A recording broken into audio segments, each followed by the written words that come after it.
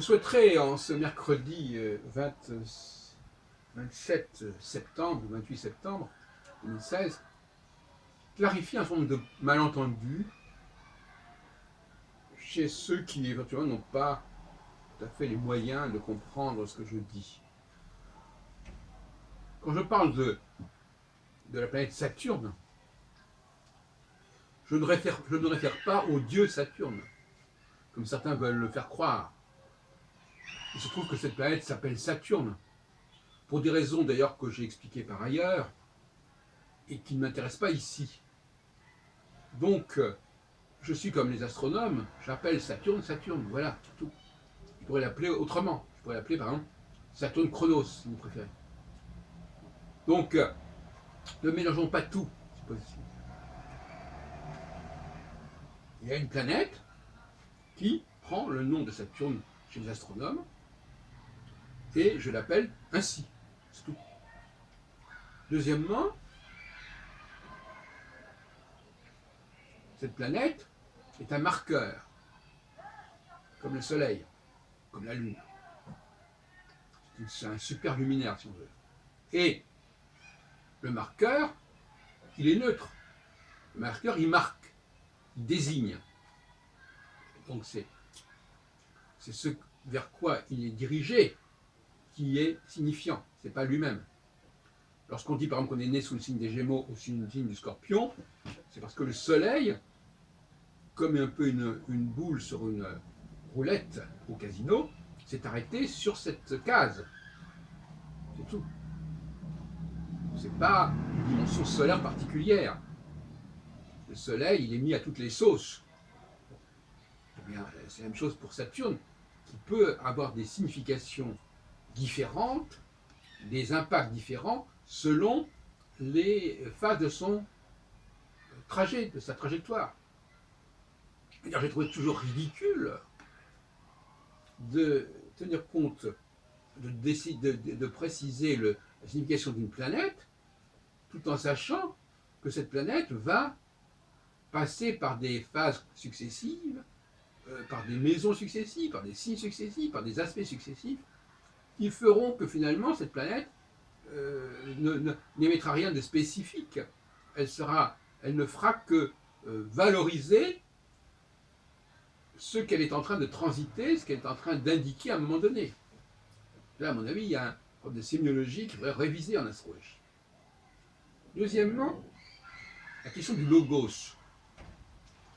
Je n'ai jamais contesté que les hommes devaient, bien évidemment, définir le cosmos, préciser le cosmos. Mais là où il y a des désaccords, c'est que moi, je considère que ça s'est fait dans un passé très ancien, mais que ce sont bien les hommes, les sociétés humaines qui l'ont fait, et d'autres qui pensent que ça se fait à chaque génération et pour chaque individu. Chaque individu, un individu qui ne ferait pas la démarche d'aller vers l'astrologie, quelque part, il ne serait pas lié au cosmos. Voilà ce que j'entends, pas ce que je dis, ce que j'entends. Effectivement, je ne crois pas à cela. Je crois que nous avons un génome qui nous ramène, et encore là-dessus, il y a des différences, parce que je distingue les hommes et les femmes. Les femmes ont un génome qui les connecte à certaines, qui leur permet de percevoir, de repérer certains signes célestes, et que ça détermine un comportement qui va avoir des effets sur l'ensemble de la société, un comportement qui passe par des dialectiques, par des phases. Mais, en fin de compte, si ces phénomènes-là, au départ, ont été fixés par la loi, ont donc été fixés totalement consciemment, il y a des millénaires, ils ne le sont plus aujourd'hui et ils n'ont plus à l'être. Ils n'ont plus à l'être. C'est passé de la conscience à la subconscience. Et cette notion de subconscience est absolument indispensable pour rendre compte de l'astrologie.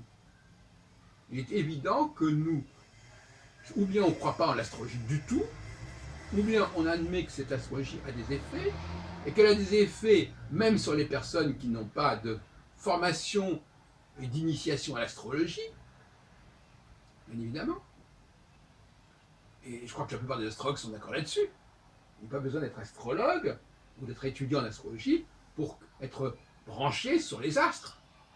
Or, certaines personnes laissent entendre que c'est une démarche individuelle, personnelle, qui me fait penser, effectivement, irrésistiblement au discours religieux.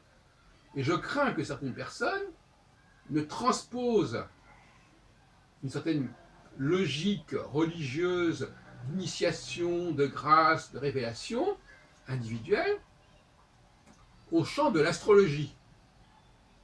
Et qu'ils aient fait un amalgame entre, par exemple, la religion catholique et le rapport à l'astrologie.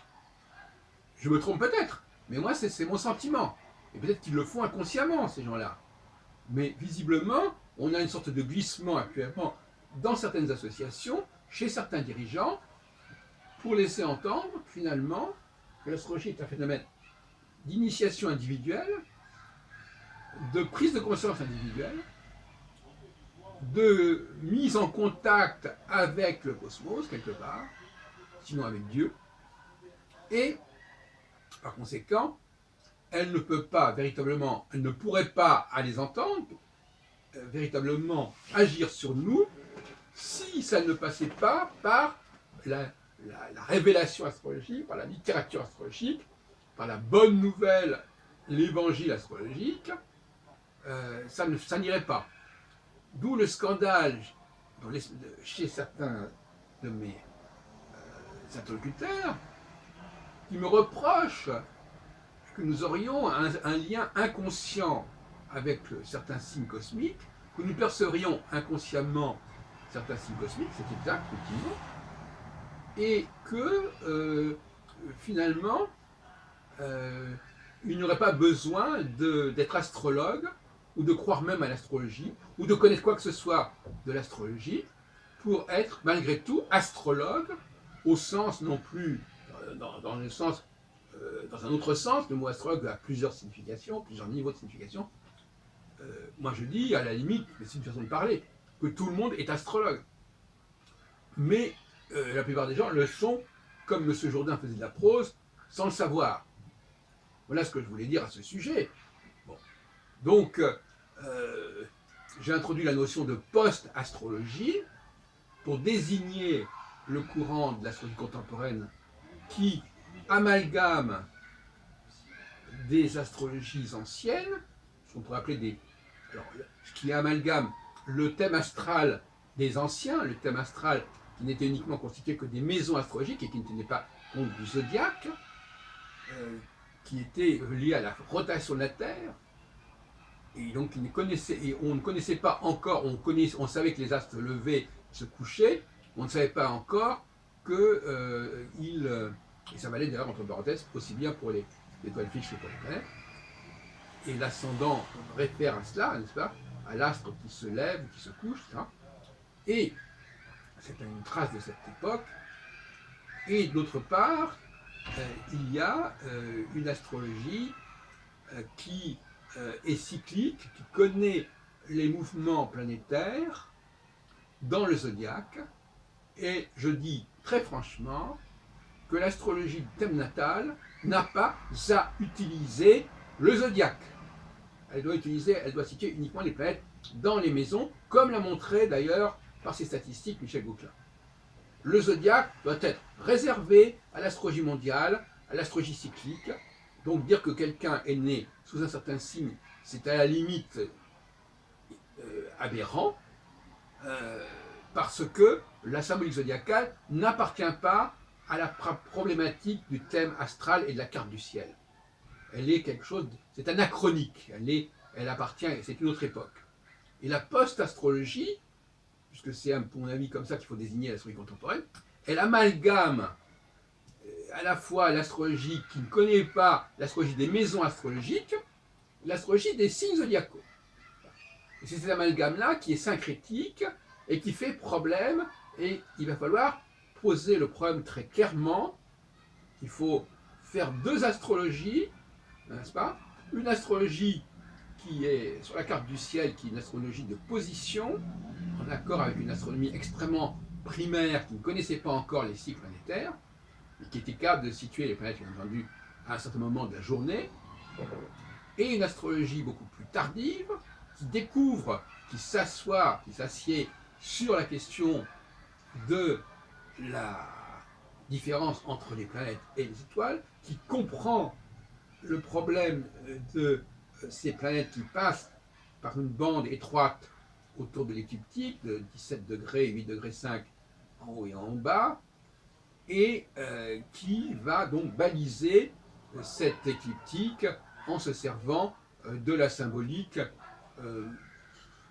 du calendrier lié aux 12 signes, aux 12 mois, sans que ça ait une signification à interpréter pour les astrologues. Et sur ce point, je terminerai en disant, je l'ai déjà dit, l'utilisation par les astronomes des signes zodiacaux ne devrait avoir aucun impact sur la signification que nous accordons à ces signes zodiacaux. Et d'ailleurs, les dispositifs des 4 éléments, des 3 modes et les rapports entre des secteurs avec les planètes montrent bien qu'on peut totalement utiliser ces 12 secteurs sans se référer à la symbolique zodiacale. C'est d'ailleurs ce qu'avait parfaitement compris, plus ou moins en tout cas, Jean-Pierre Nicolas. D'ailleurs, quand beaucoup d'astrologues parlent des signes zodiacaux, ils s'empressent de vous dire c'est un signe de feu cardinal, c'est un signe d'air mutable, et c'est un signe qui est dominé par telle et telle planète. Ils ne s'embarrassent pas de la symbolique zodiacale. Et ça, c'est très régressif d'en revenir à la symbolique zodiacale. Même si ça a eu un certain succès dans le peuple, justement, c'est une astrologie populaire, une astrologie profane, et on peut la discuter. Cela dit, je suis moi-même le premier à ne pas m'intéresser à ces divisions, ces répartitions entre les 4 éléments, les trois modes et des planètes, pour m'intéresser avant tout aux 4 étoiles fixes royales qui divisent ainsi la course de Saturne, de la planète Saturne, pas du dieu Saturne, en 4 temps de 7 ans environ. Ils sont eux-mêmes divisés, chacun de ces 7 ans est lui-même divisé en 2, de façon comme en yin-yang, que j'appelle moi alpha et oméga. Voilà. Donc je voulais faire cette mise au point pour ceux qui voulaient mieux comprendre mon point de vue.